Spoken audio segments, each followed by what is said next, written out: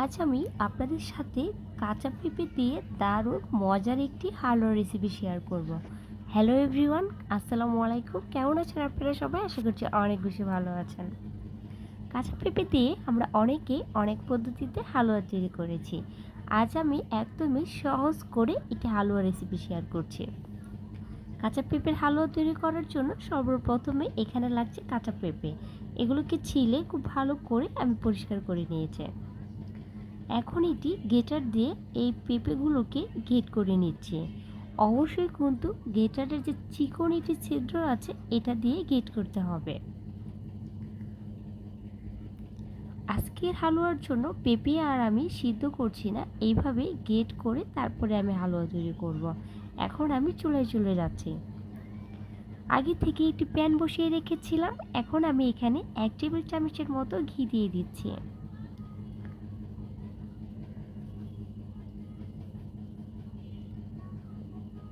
এখন এই ঘি দিয়ে দিচ্ছি 3 টেবিল চামচের মতো বাদাম, আর দিয়ে দিচ্ছি কিছুটা কিশমিশ। এখন বাদাম আর কিশমিশগুলোকে এই ঘিয়ের ভিতরে কিছুক্ষণ ভেজে নেব। এতে করে অনেক সুন্দর একটি ঘ্রাণ বের হয়, আর বাদামগুলো খেতেও অনেক বেশি মজাদার লাগে। চুলা কমিয়ে রেখে এটাকে আমি 2 থেকে 3 মিনিটের মতো ভেজে নিয়েছি। তো এগুলো ভাজা হয়ে গিয়েছে। এখন আমি একটি বাটিতে উঠিয়ে রাখছি।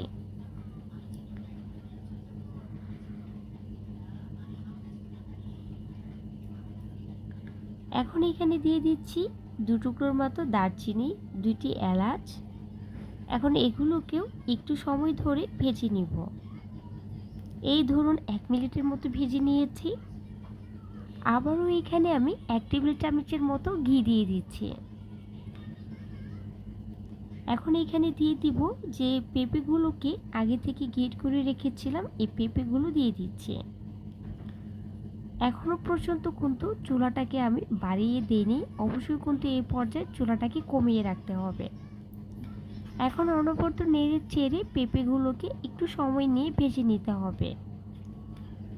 ভাজতে ভাজতে একটা সময় দেখা যাবে পেঁপের যে কাঁচা একটা ঘ্রাণ আছে এটা চলে গিয়েছে, আর খুবই সুন্দর ঘিয়ে ভাজা একটি শাহী ঘ্রাণ বের হয়ে গিয়েছে। তো এইভাবেই কিছু সময় পেঁপেগুলোকে ভেজে নিয়েছি। এখন এখানে আমি দুধ অ্যাড করছি। এখানে আমি মেজারমেন্ট কাপের 1 কাপের মতো দুধ দিয়েছি। এই ধরেন এখানে হাফ লিটারের মতো দুধ দিয়েছি। তো দুধটা কিন্তু আমি জাল করে তারপরে কিন্তু দিয়েছি। এখন আবারও খুব ভালো করে নেড়ে চেড়ে নিচ্ছি। এখন এখানে দিয়ে দিচ্ছি 1 বাটির মতো চিনি। তো চিনিটা দেওয়ার পরে কিন্তু অনেকটাই পানি ছেড়ে দিয়েছে। এখন আবারও খুব ভালো করে মিক্স করে নিচ্ছে।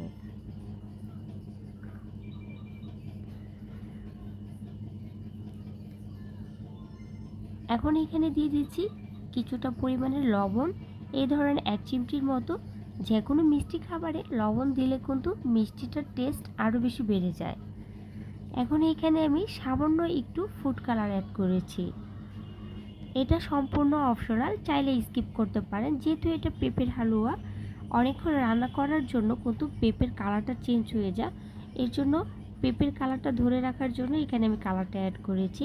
আপনাদের পছন্দ না হলে কিন্তু এটা বাদ দিয়ে দিতে পারেন।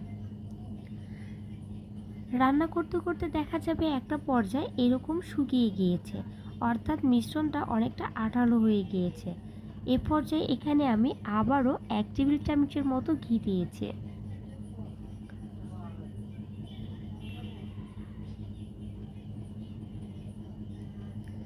এখন এখানে দিয়ে দিব আমি 3 থেকে 4 টেবিল চামচের মতো গুঁড়ো দুধ। দুধটা দেওয়ার পরে খুব ভালো করে এগুলোর সাথে মিক্স করে নিচ্ছি। এখানে আমি গুঁড়ো দুধটা ব্যবহার করব, এর জন্য কিন্তু আমি এখানে মিলিমিটার দুধটা কম ব্যবহার করেছি। এতটুকু পরিমাণে করে দিয়েছি যাতে এই দুধের অনুযায়ী আমার পেঁপেটা খুব ভালো করে সিদ্ধ হয়ে যায়।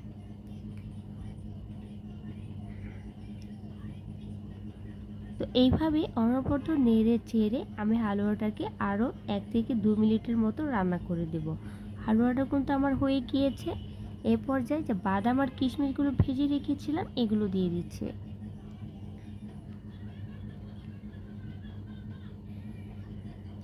হালুয়াটা হয়ে গিয়েছে, এখন আমি চুলা থেকে নামিয়ে একটি প্লেটে উঠিয়ে আমি আপনাদেরকে দেখিয়েছি। তো কিছুটা বাদাম আর কিশমিশ আমি রেখে দিয়েছিলাম, এখন এটা উপর থেকে আমি খুব সুন্দর করে ডেকোরেশন করে নিচ্ছি। আপনারা চাইলে এখানে আরও অন্য রকমের বাদামও দিতে পারেন, যার যেরকম ইচ্ছা। তো দেখতেই পাচ্ছেন মাশাআল্লাহ কতটা সুন্দর লাগছে আমার হালুয়াটা, আর কালারটাও বেশ সুন্দর এসেছিল, আর খেতে অনেক বেশি মজাদার ছিল। সবরাত উপলক্ষে আমরা যেই যত আইটেমের হালুয়া তৈরি করি না কেন, আমাদের কিন্তু ঘুরে ফিরে এই পুরান জিনিসগুলো সামনে চলে আসে। তো কার কাছে কীরকম লেগেছে অবশ্যই আমাকে কমেন্টে লিখে জানাবেন, আর ভিডিওটি দেখার পরে যদি ভালো লাগে প্লিজ একটি লাইক করে দেবেন। আর যারা এখন পর্যন্ত আমার চ্যানেলটাকে সাবস্ক্রাইব করে নাই প্লিজ আমার চ্যানেলটাকে সাবস্ক্রাইব করে দেবেন। তো আমি আরও কাছ থেকে দেখিয়ে দিচ্ছি, দেখেন কতটা সুন্দর লাগছে হালুয়াটা।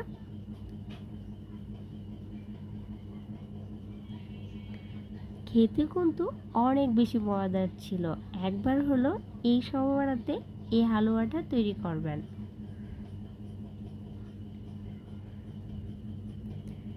তো দেখতেই পারছেন কতটা সুন্দর লাগছিল।